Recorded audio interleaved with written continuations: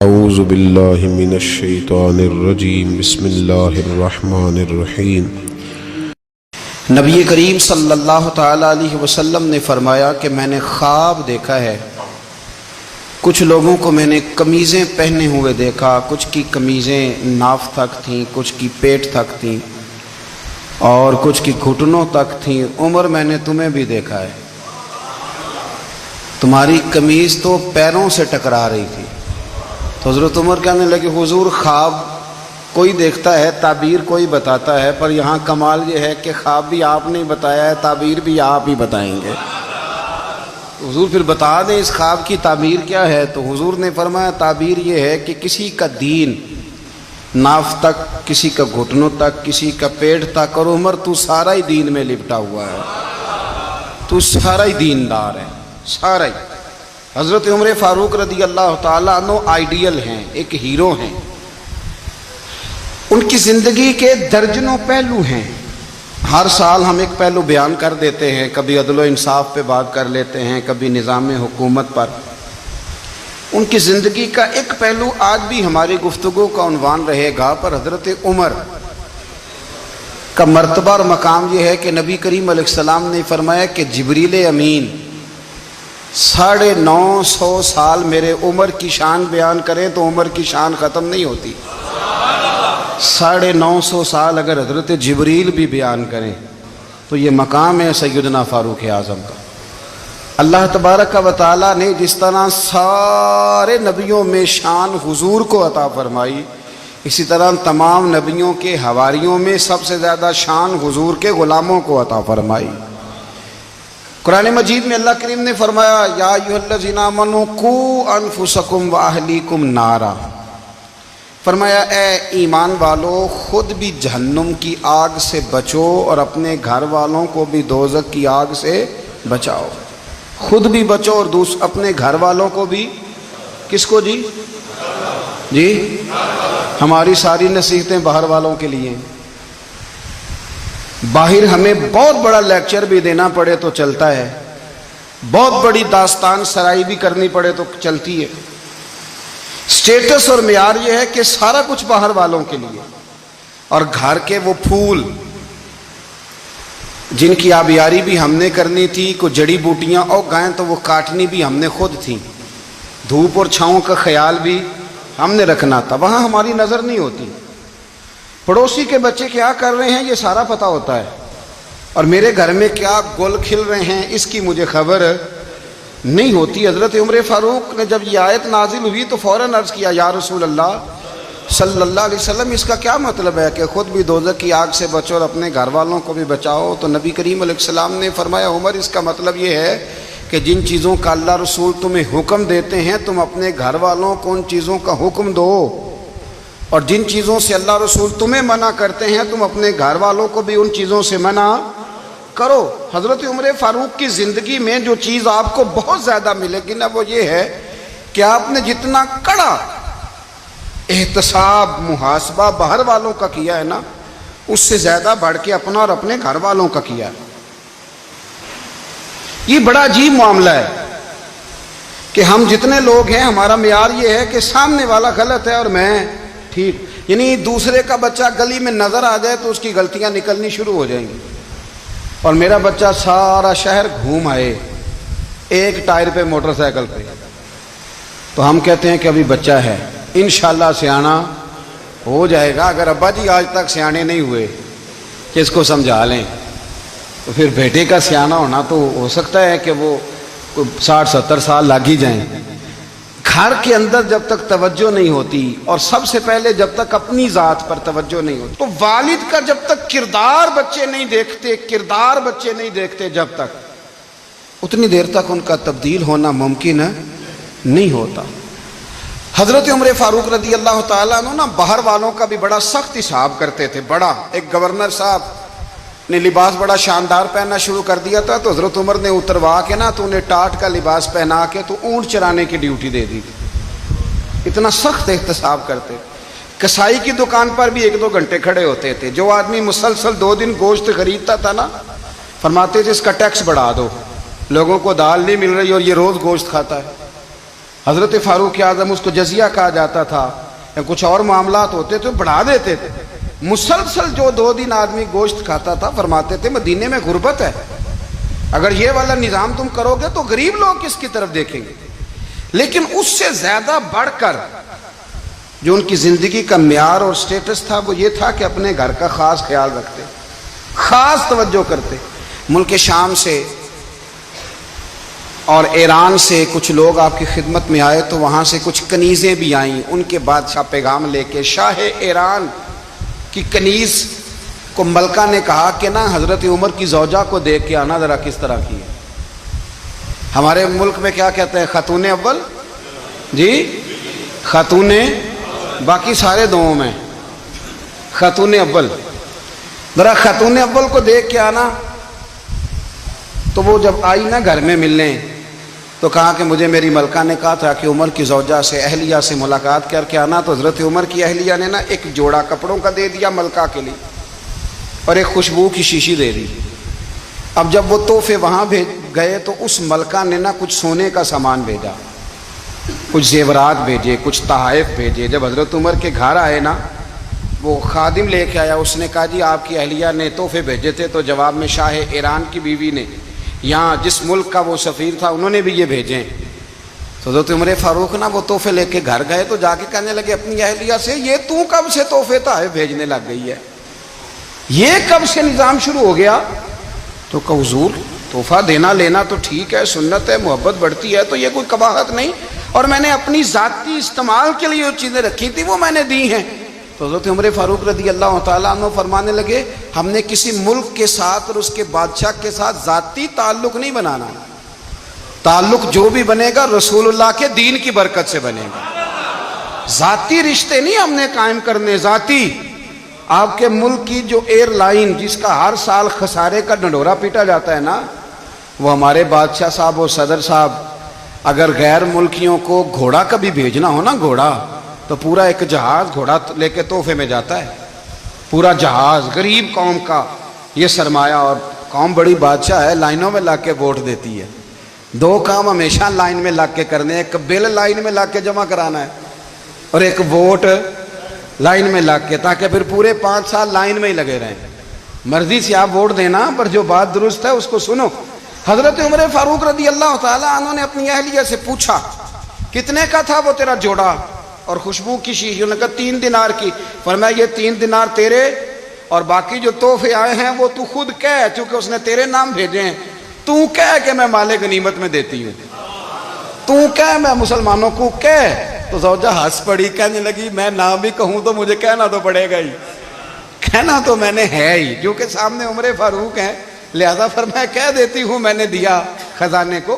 حضرت عمر نے جمع کرا لیا. میں یہ کیا بات ہوئی, میرے گھر والے جو مرضی کریں, ان کا معیار زندگی جس طرح کا مرضی ہو. اور حضرت عمر ایک جملہ کہا کرتے تھے, اللہ کرے کہ یہ باتیں اس دور حاضر میں ہماری سمجھ میں آئیں. حضرت عمر فاروق رضی اللہ تعالیٰ عنہ اپنے بچوں کو فرمایا کرتے تھے کہ بہت آدمی کو بھوک لگی ہو نا, اور پھر اس کی پسند کا کھانا پکا ہو, تو اتنے شوق سے وہ اس کھانے کو دیکھتا ہے نا, فرمایا اس طرح پوری قوم اپنے بادشاہوں کے خاندان کو دیکھتی ہے, اس تیزی کے ساتھ دیکھتے ہیں کہ ان کے گھر میں کیا ہو رہا ہے, ان کا معیار زندگی کیا ہے, ان کا سٹیٹس کیا ہے. سیدنا فاروق اعظم رضی اللہ تعالی عنہ نے اپنے گھر کے اندر اپنے بچوں, آپ کے بچے دونوں کاروبار کے لیے مصر گئے, تو وہاں کے گورنر صاحب نے لوگوں سے, ایک بہت بڑا قافلہ گیا مدینے سے مصر تجارت کے لیے, جاتے ہیں نا آج بھی قافلے کئی ملکوں میں, تو یہ گئے تجارت کے لیے. تو حضرت عبداللہ ابن عمر, حضرت عبید اللہ ابن عمر, حضرت عمر کے دونوں بیٹے گئے. جناب عمر فاروق کے بچے جب وہاں پہنچے تو مصر کے گورنر نے نا لوگوں کو تعارف کرایا کہ یہ عمر فاروق کے بیٹے ہیں, یہ حضرت یہ چودھری کے بیٹے کو کون بتاتا ہے کہ تو چودھری کا بیٹا ہے؟ باہر والے بتاتے ہیں, گھر والے جی. اور سیٹھ صاحب کے بیٹے کو کون بتاتا ہے کہ تو سیٹھ صاحب کا بیٹا ہے؟ اور مالک کو کون بتاتا ہے کہ تو مالک کا بیٹا ہے اور یہ کرایہ دار ہے؟ یہ کون بتاتا ہے؟ یہ سوچ ہم دیتے ہیں بچوں کو.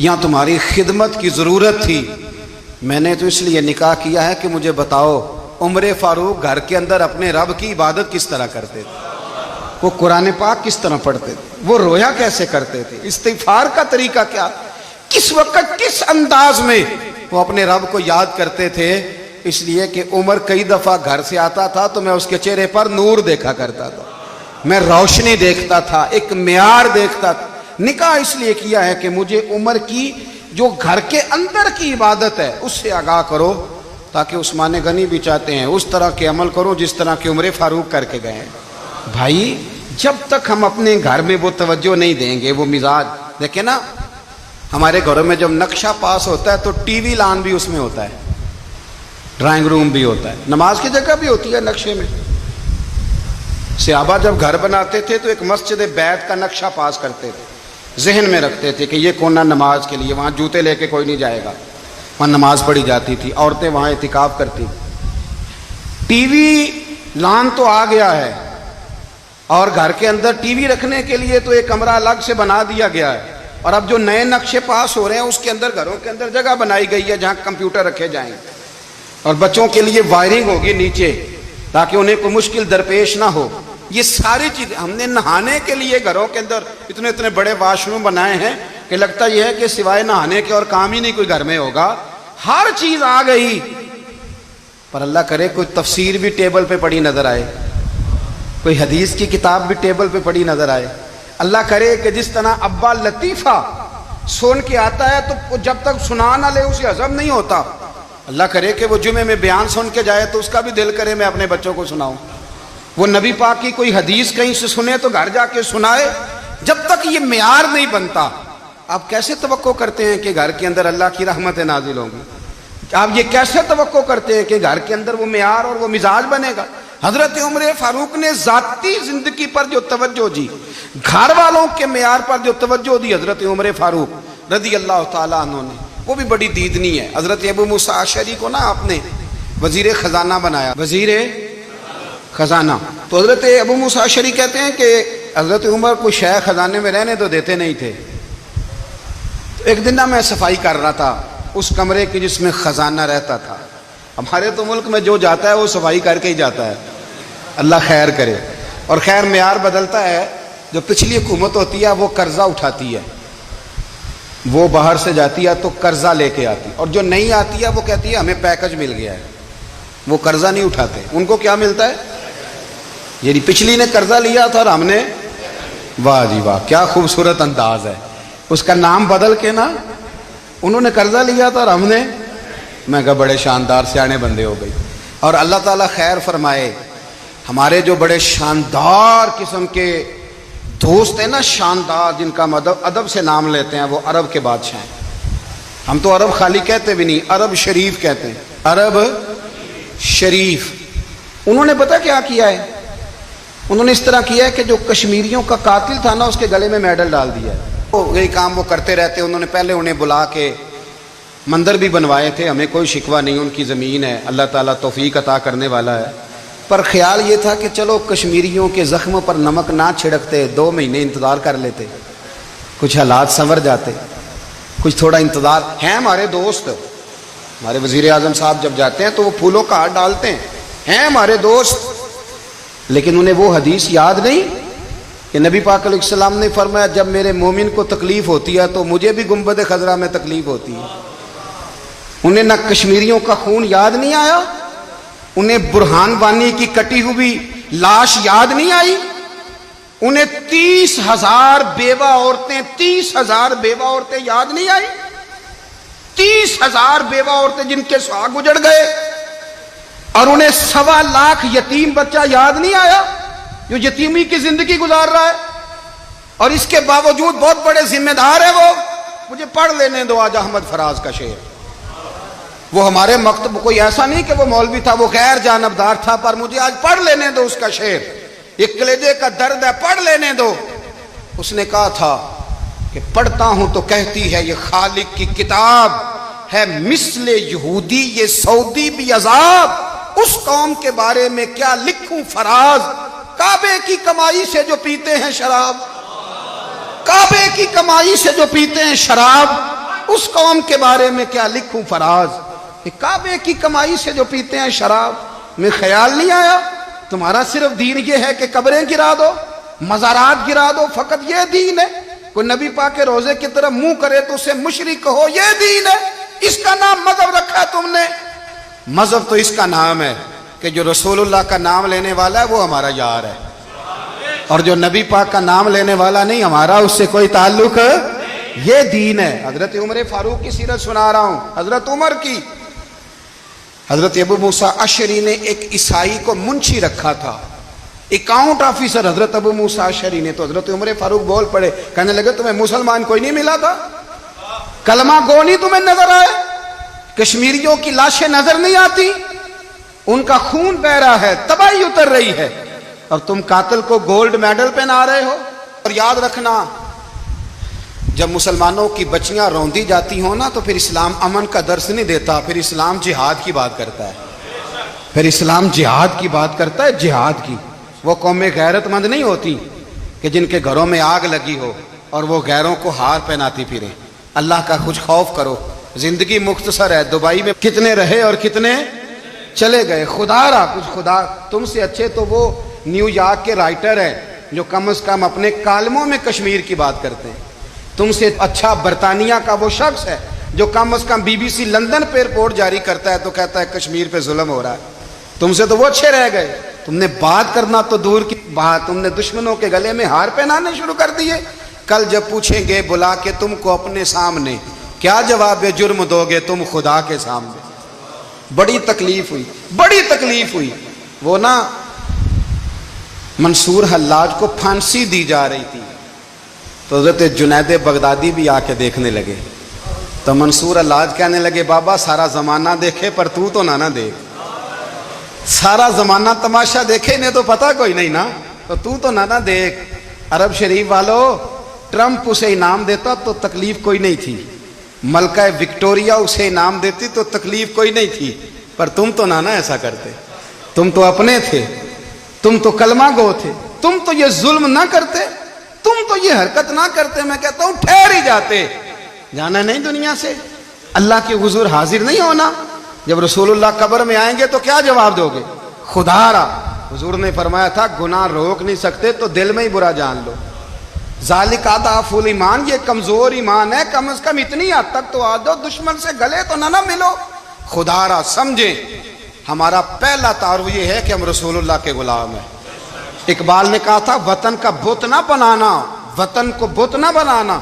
اقبال کہنے لگے ان تازہ خداؤں میں بڑا سب سے وطن ہے، جو پیرہن اس کا ہے وہ مذہب کا کفن ہے، اس لیے کہ بازو تیرا توحید کی قوت سے قوی ہے، اسلام تیرا دیس ہے، اسلام تیرا دیس ہے، کیونکہ تو مصطفی ہے، تو نبی پاک والا ہے، مصطفیٰ والا، اسلام تیرا دیس ہے، تو مصطفی ہے۔ امریکہ میں جو مسلمان رہتا ہے ہمارا بھائی ہے، اور پاکستان میں جو مرزائی رہتا ہے اس سے ہمارا کوئی تعلق نہیں ہے۔ حضرت عثمان غنی نے اپنے چچا کے بیٹے سے کہا تھا کہ تو کلمہ نہیں پڑھتا تو تیرا میرا رشتہ کوئی نہیں، بلال حبش سے آیا ہے پر میرے نبی کا غلام ہے تو سگے بھائیوں سے بھی آگے ہے۔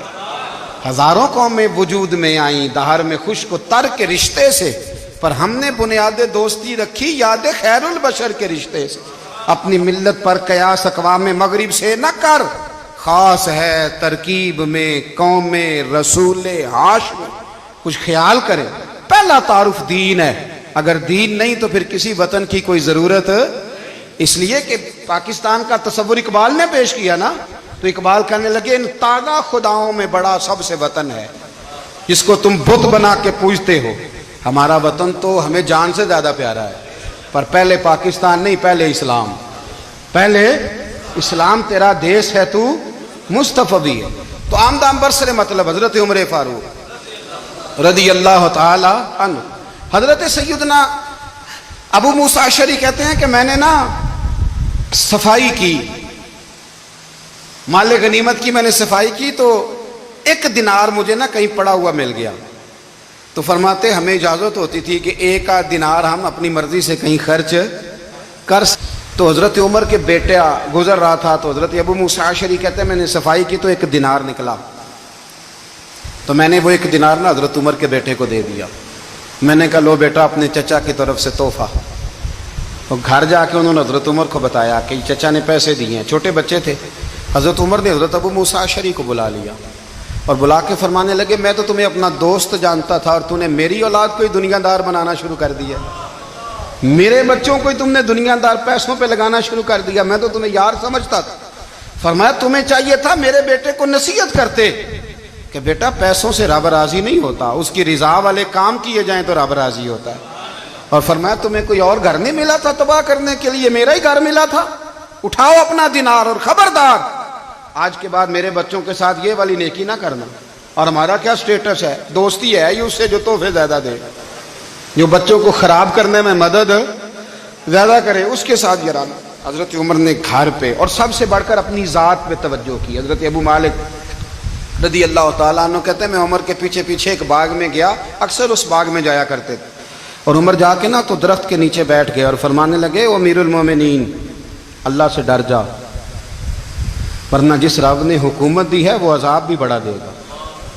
ڈر جا رب سے. کبھی ساری زندگی حضرت عمر نے اپنا کوئی تعارف نہیں کرایا, کبھی نہیں. ایک بندے نے آپ کے سامنے تعریف کر دی آپ کی تو فرمانے لگے تو خود بھی ہلاک ہوا اور مجھے بھی ہلاک کر دیا. کیا ضرورت پڑی ہے میری تعریفیں کرنے کی, اتنی دیر میری تعریف میں لگائی. اللہ کا ذکر کرتا رب تجھے ثواب دیتا, حضور پہ درود پڑھتا تو رب تیرے اوپر رحمتیں نازل کرتا. کس چکر میں ہے؟ آج جتنا اچھی کوئی خوشامد کرے اتنی اچھی وزارت ملتی ہے, جتنی اچھی اس کو جو ہے وہ چاپلوسی کرنی آیا درجہ بھی اسے اتنا ہی اچھا ملتا ہے. حضرت عمر فاروق رضی اللہ تعالیٰ عنہ آپ کے بیٹے کہتے ہیں, صاحب فتوح الشام نے لکھا ہے, آپ کے صاحبزادے کہتے ہیں میں نکلا تو میرے ابا جی نا اپنی پشت پر مشکیزہ رکھ کے کنویں سے پانی بھر کے آ رہے تھے.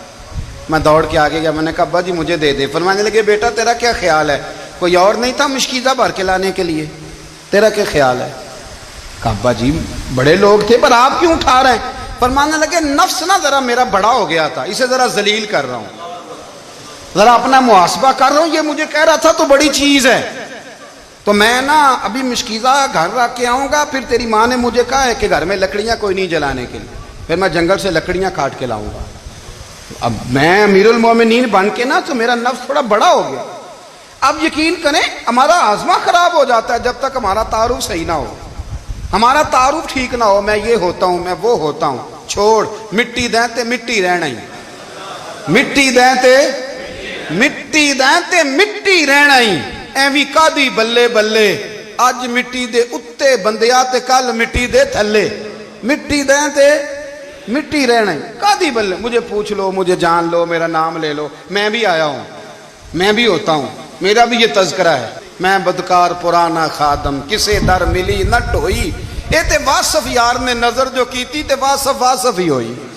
یہ تو بڑی بات کی بات ہے, تو بات کی بات ہے صاحب, ورنہ من نانم کے من نانم, جو ہم ہیں اس کا ہمیں پتا تو ہے نا بھائی. کبھی بھی یہ جو ذات کا چکر ہے نا, میں بھی ہوں مجھے بھی, او بھائی یاد رکھو میں کون ہوں. یہ جو نام نمود اور یہ خواہشیں اور یہ جو وقار, یہ تو کمزور لوگوں کا طریقہ ہے. جس کو اپنا تعارف کرانا پڑ گیا اس سے بھی زیادہ کمزور کوئی ہے. فوٹو میں دکھاتا پھرتا ہے فلانے کے ساتھ فوٹو, فلانے, تو کمزور بندے یہ کام کر. حضرت عمر فاروق اللہ اکبر, حضرت عمر جیسا بندہ 24 لاکھ مربع میل کا حکمران, اور شاہ روم کو خط لکھ کے کہتا ہے میں منت نہیں کرتا میں حکم دیتا ہوں. اتنا تگڑا بندہ. جنگ قادسیہ کے لیے حضرت سعد بن ابی وقاص کو بھیجا, فتوح الشام پڑھ کے دیکھیں. حضرت عمر بڑے پریشان ہیں, اتنے دن ہو گئے کوئی رپورٹ ہی نہیں آئی. اب تو موبائل ہے نا, تو 1 منٹ کی رپورٹ لیں آپ, بلکہ آپ 1 منٹ کی فوٹو لیں, آپ رپورٹ تو دور رہ گئی. حضرت عمر فاروق رضی اللہ تعالیٰ عنہ بڑے پریشان ہیں کہ قادسیہ میں حضرت سعد بن ابی وقاص کے ساتھ لوگ جہاد کرنے گئے, رپورٹ کوئی نہیں آ رہی. اتنے پریشان تھے کہ باہر نکل کے نا اس رستے پہ بیٹھ جاتے جو رستہ قادسیہ کی طرف سے آتا تھا. اس جو بھی آتا جاتا پوچھتے جنگ کے کیا حالات ہیں. ادھر جب اللہ نے فتح دے دی نا تو حضرت سعد بن ابی وقاص رضی اللہ تعالیٰ عنہ نے نا ایک قاصد کو خط دے کے بھیجا, کہنے لگے عمر کے پاس جاؤ, انہیں اطلاع دو کہ الحمدللہ اللہ نے اسلام کو فتح عطا کر دی. یہ حضرت عمر کو جا کے دینا. وہ بڑے پریشان ہوں گے. وہ جو اس زمانے میں اس طرح ہوتا تھا کہ کئی دور دور سے صحابہ جو دوسرے شہروں کے ملکوں کے رہنے والے ہوتے تھے وہ بھی آ کے شامل ہو جاتے تھے جہاد میں. کوئی ایک دفعہ مدینے آیا, کوئی 2 دفعہ آیا, پھر اپنے اپنے علاقوں میں بہت سارے لوگوں نے زیادہ دفعہ حضرت عمر کو دیکھا بھی نہیں تھا. وہ جو قاصد خط لے کے آیا تھا نا, اس نے 1 دفعہ دیکھا تھا, حضرت عمر بوڑھے ہو گئے, وہ پہچانتا نہیں تھا. میری بات کی سمجھ آ رہی ہے آپ حضرات کو؟ ادھر سے وہ خط لے کے آ گیا. حضرت عمر مدینے سے باہر نکل کے اس روڈ پہ بیٹھے تھے جو قادسیہ سے آتا تھا. جب وہ اس آدمی کو آتے دیکھا تو حضرت عمر اٹھ کے کھڑے ہو گئے, فرمانے لگے قادسیہ سے آ رہے ہو؟ وہ کیا کہتا ہے؟ پھٹے پرانے کپڑے, ٹوٹے ہوئے جوتے, سر پہ پرانی پگڑی. کہنے لگے غلام مدینے کے رہنے والے ہو؟ حضرت عمر کہنے لگے ہاں مدینے کا ہوں. کہا میں قادسیہ سے آیا ہوں, الحمدللہ اللہ نے اسلام کو فتح دے دی ہے, الحمدللہ کفر کی کمر ٹوٹ گئی ہے. اس نے یہ بات کر کے تو گھوڑے کو ایڑی لگائی, گھوڑا دوڑنے لگا مدینے کے. حضرت عمر بھی ساتھ ساتھ دوڑ رہے. فرمانے لگے اچھا بتاؤ خالد بن ولید کا کیا حال ہے؟ تھوڑا آگے جا کے فرمانے لگے اسامہ بن زید کیسے ہے؟ وہ کہتے ہیں ٹھیک ہے. پھر اس نے اور گھوڑا, عمر ساتھ ساتھ دوڑ رہے ہیں, ساتھ ساتھ. 24 لاکھ مربع میل کا حکمران, ایک جوتا پیر سے نکل گیا, عمر دوڑ رہے ہیں. آگے جا کے پوچھتے ہیں سعد بن ابی وقاص کا کیا حال ہے؟ کہ حضور وہ بھی ٹھیک ہے. کتنے لوگ میرے شہید ہو گئے مسلمانوں میں سے؟ کہنے لگا صحیح گنتی کا نہیں پتا, یہ لفظ ادا ہوتے ہوتے مدینے کی سرحد آ گئی. لوگوں نے عمر کو گھوڑے کے ساتھ دوڑتے دیکھا تو کہا امیر المومنین کیوں دوڑ رہے ہیں؟ وہ غلام چھلانگ لگا کے نیچے آیا, قدموں میں بیٹھ گیا. کہنے لگا حضور آپ نے بتایا ہی نہیں آپ امیر المومنین ہیں. آپ فرمانے لگے کیا بتاتا؟ میں تو اونٹ چرانے والے کا پتر ہوں, کیا بتاتا؟ وہ عمر ہوں جس نے اپنے گناہوں کا حساب دینا ہے. کیا بتاتا؟ جو سعد بن ابی وقاص کو جہاد پہ بھیج کے خود بزدلوں کی طرح گھر میں بیٹھا ہے. کیا بتاتا؟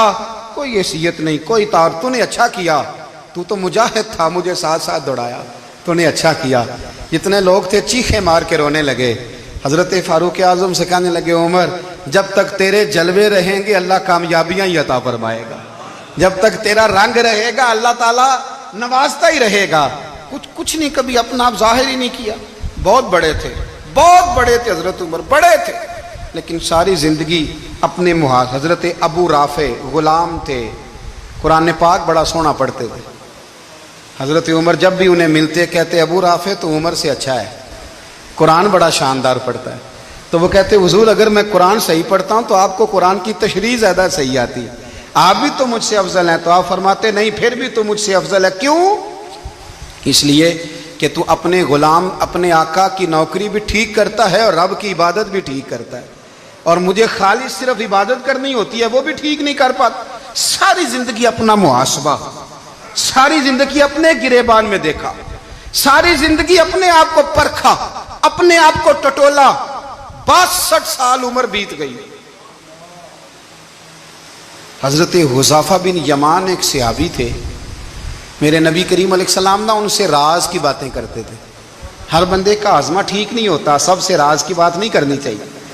حضرت حذیفہ بن یمان کہتے ہیں حضور راز کی باتیں بتاتے. مدینہ منورہ میں جو منافقین تھے ان کی لسٹ بھی نبی پاک نے حضرت حذیفہ بن یمان کو دی تھی. جب کوئی مشکوک آدمی مر جاتا نا تو صحابہ کہتے ہیں ہم دیکھتے اگر حضرت حذیفہ نے جنازہ پڑھا تو ہم بھی جنازہ پڑھ لیتے. نبی پاک نے بھی کچھ جنازے نہیں پڑھے. ترمذی میں ہے, فرمایا عثمان سے جو بغض رکھے اس کا جنازہ نہیں پڑھیں گے. حضرت حذیفہ بن یمان اگر جنازہ پڑھتے تو لوگ پڑھتے, وہ نہ پڑھتے تو لوگ جنازہ نہ پڑھتے. حضرت حذیفہ بن یمان کہتے ہیں جناب عمر فاروق کی خلافت کے آخری ایام تھے, کچھ دنوں کے بعد وہ شہید ہو گئے. فرماتے آدھی رات کا وقت تھا, میں گھر میں سویا تھا بڑا بے فکر, اچانک میرے دروازے پہ دستک ہوئی, میں گھبرا کے اٹھا. اتنی رات کو کون آیا؟ کہتے ہیں قربان جاؤں, دروازے پہ گیا تو امیر المومنین فاروق اعظم دروازے پہ. میں نے کہا عمر کوئی حکم تھا تو مجھے بلا لیتے. کہنے لگے میں نا امیر بن کے نہیں آیا, تیرا ویر بن کے آیا ہوں. امیر المومنین کی حیثیت سے سرکاری کام سے بلاتا تو وہاں بلاتا, مجھے ایک ذاتی کام پڑ گیا. کہتے میں نے عمر کو گھر کی اندر بلا کے چارپائی پہ بٹھایا. میں نے کہا حضور میں غریب آدمی ہوں, میں کیا آپ کے کام آ سکتا ہوں؟ تو کہتے ہیں انہوں نے نا مجھے ساتھ بٹھا لیا, پھر میرا ہاتھ پکڑ لیا. کہنے لگے تو عمر کو جانتا ہے؟ عمر جھوٹ نہیں بولتا. تو جانتا ہے عمر وعدوں کا پکا ہے؟ کہا حضور جانتا ہوں. کہا میں اس وقت آیا ہوں جب دیکھ بھی کوئی نہیں رہا۔ حضرت حذیفہ بن یمان کہتے ہیں پریشان ہو گیا، حضور پہیلیاں نہ بجھوائے، مہربانی کریں بتائیں کدھر آئے ہیں۔ تو حضرت عمر فاروق فرمانے لگے 62 سال کا ہو گیا ہوں، 63 میں چل رہا ہے، داڑھی سفید ہو گئی ہے، پھل پک گیا، اٹھ فریدہ ستیا، داڑھی آ گئی پور، اگا نیڑے آ گئی، پیچھا رہ گئی دور، اب قبر اشر کا معاملہ صاف نظر آنے لگا ہے۔ کہا حضور مجھ سے کیا چاہتے ہیں؟ حضرت عمر رو پڑے، کہنے لگے آج میں عشاء کے بعد نکلا ہوں تو نبی پاک کے صحابہ مجھے نیک کہہ رہے تھے، پھر میں نے بچوں کی ماں سے اور بچوں سے بھی پوچھا ہے، وہ بھی مجھ سے راضی ہیں، پر حذیفہ تیرے ساتھ نبی پاک راز کی باتیں کرتے تھے، سچ بتا کہیں عمر کا نام منافقوں میں شامل تو نہیں؟ سچ بتا ان منافقین میں تو شامل نہیں، کہیں اوپر سے تو نہیں سارا کچھ؟ حضرت حذیفہ بن یمان کہتے ہیں میں باپ کے مرنے پہ اتنا نہیں رویا جتنا عمر کے سوال پہ رویا۔ میں قدموں میں بیٹھ گیا، میں نے کہا نہیں عمر، یہ تو میں نے نہیں سنا، لیکن یہ میں نے نبی پاک سے ضرور سنا ہے کہ میرے بعد اگر کوئی نبی ہوتا تو عمر ابن خطاب ہوتا۔ یہ میں نے اپنے کانوں سے سنا ہے کہ عمر جس گلی سے گزرے شیطان رستہ بدل جاتا ہے۔ یہ میں نے اپنے کانوں سے سنا ہے کہ 950 سال حضرت جبریل جناب عمر کی شان بیان کریں تو پھر بھی بیان نہیں ہو سکتا، یہ میں نے ضرور سنا۔ دوستو ساری زندگی حضرت عمر نے اگر دوسروں کا محاسبہ کیا تو اپنا اور اپنے بچوں کا بھی کڑا خیال رکھا، اپنی ذات پر بڑی توجہ دی۔ جو لوگ اپنا بھول جاتے ہیں نا، ہمیں اپنی صحت کا بڑا خیال ہے لیکن اپنی روحانی زندگی کا کوئی خیال نہیں ہے، قلبی زندگی کا کوئی تصور نہیں ہے۔ آپ یقین کریں موٹا آدمی کمزور ہونے کے لیے جدوجہد کر رہا ہے، کمزور طاقتور ہونے کے لیے، لیکن جس کو کتنے دن بیت گئے اللہ رسول کی یاد میں رویا ہی نہیں، کتنے دن بیت گئے نہ سننے کو دل ہی نہیں چاہا، جسے مہینوں بیت گئے اور قرآن پاک کی طرف نظر ہی نہیں گئی، وہ فکر مند ہی نہیں۔ زندگی زندہ دلی کا نام ہے، مردہ دل کیا خاک جیا کرتے ہیں؟ بھائی حضرت عمر کی زندگی دور حاضر میں ہمیں یہ سبق دیتی ہے کہ کڑی نگرانی رکھو اپنے پودوں کی، کڑا خیال رکھو اپنے ذاتی باغ کا، اور یہ جو تمہارے دل کی دنیا ہے یہ تمہاری روح کی زندگی ہے، اس کا محاسبہ کرتے رہو۔ نبی کریم علیہ السلام نے فرمایا اپنا حساب خود کر لو قبل اس کے کہ تمہارا حساب کیا جائے۔ اپنا حساب بولیے، اپنا حساب۔